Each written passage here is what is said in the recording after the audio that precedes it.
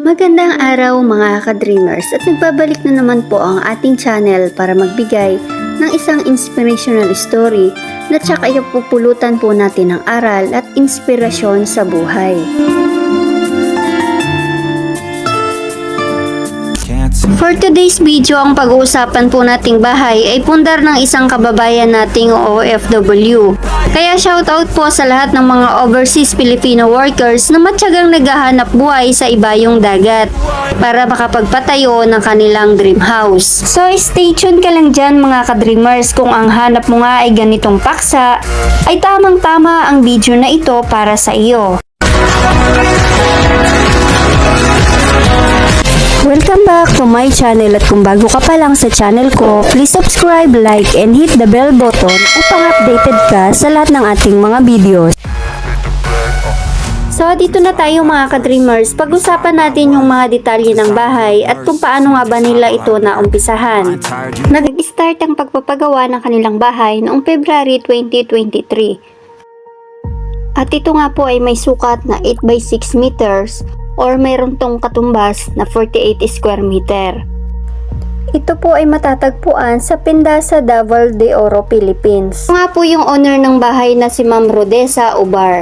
Siya po ay isang overseas Filipino worker na nagtatrabaho ngayon sa bansang Kuwait. And ito naman po yung kanyang magulang na babae na siya namang nagmamanage ng kanyang pagpapagawa ng bahay dahil siya nga po ay nasa malayong lugar. At dumako naman po tayo dito sa mga materyales na nabili nila. Dito nga po sa mga buhangin ay nakagamit po sila dito ng 5 dump truck at nagkakahalaga nga po ito ng 2,000 per dump truck. So nakagastos po sila dito ng 10,000 pesos. Sa semento naman ay 60 sack. Ito naman ay nagkakahalaga ng 190 pesos. So sa 60 sacks ay nakagastos sila dito ng 11,400 pesos. Ganito rin naman po sa graba. Ito po ay nakagastos sila ng 2,000 pesos. Sa hollow blocks naman mga ka-dreamers, nakagastos po sila dito ng 1,300 pieces at nagkakahalaga ang per piraso ng 10 pesos. So nakagastos sila dito ng 13,000 pesos. Sa pagpapagawa ng bahay mga ka-dreamers ay hindi lang talaga biro ito. Talagang paglalaanan natin ito ng oras, panahon at pag-iipon. So dumako naman po tayo dito sa mga resibo na talagang binigay ni ma'am sa atin. Ito po yung dugot pawis ng pagsasakripisyo ni ma'am sa abroad. Kaya sa mga kagaya po nating OFW, saludo po tayo sa inyo. Hindi man ganun kadali ang buhay abroad, ay pinagtitiisan ninyo ito para lang makapagpundar at makapagpagawa ng pangarap na bahay. At eventually, ay meron kayong mauuwian pagdating ng panahon. Ang bahay pong ito ay matatagpuan sa Pindasa, Davao de Oro, Philippines. Ito nga po ay merong 2 bedrooms. Mayroon po itong kabuang sukat na 22 by 16 feet or ito po ay merong 48 square meter. At sa workers naman ay meron po itong 3 tao. At sumasahod naman po sila ng 500 pesos per day.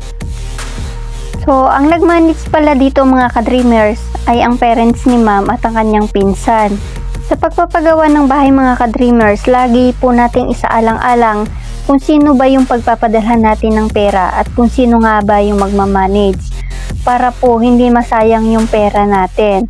So, dito na po tayo sa mga pintuan. Ilan nga ba ang nagamit nila? Ito po ay may 4 na pintuan, isa sa main door, isa sa back door, at 2 naman po sa mga kwarto.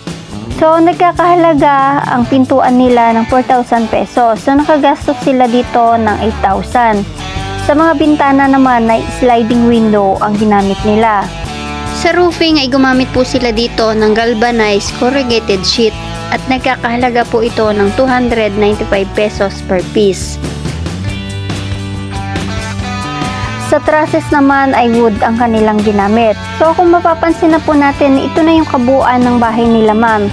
Hindi pa man ito totaling natatapos dahil gano'n naman po talaga mga ka-dreamers. Kung kailan lang tayo magkakapera at saka natin ito ipagpapatuloy. Lalong-lalo na nga po, tinitingnan natin yung sitwasyon kung kailan ba tayo magkakaroon ng ekstrang pera. Way back 2023, ang nagastos na ni ma'am dito ay umabot na po ng 180,000. At dahil nga kung makikita natin sa ating video na nakakabit na po yung kanilang mga sliding window. At isa nga po ito, kaya po umabot na rin ng 260,000 ang kanilang nagastos, ay pinadagdagan po ni ma'am ng terrace. So kung makikita natin na nakapagpakabit na rin po sila ng mga tiles sa kanilang CR. Mayroon na rin pong mga ilang furniture na bili si ma'am para sa kanyang bahay.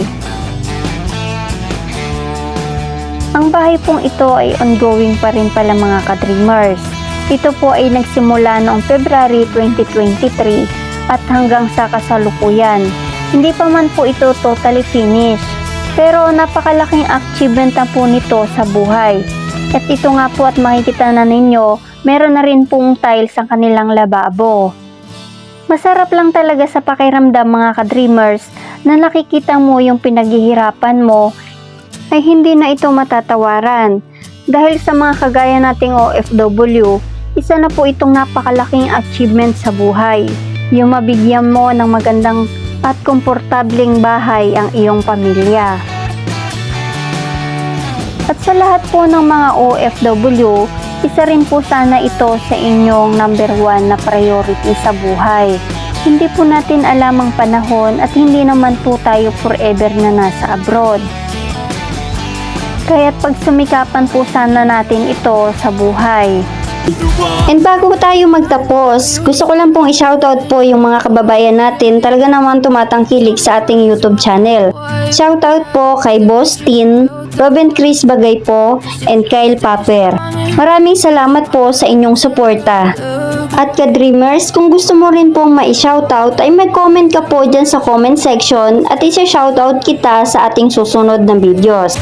Mag-ingat po tayo palagi at God bless us all mga ka-dreamers.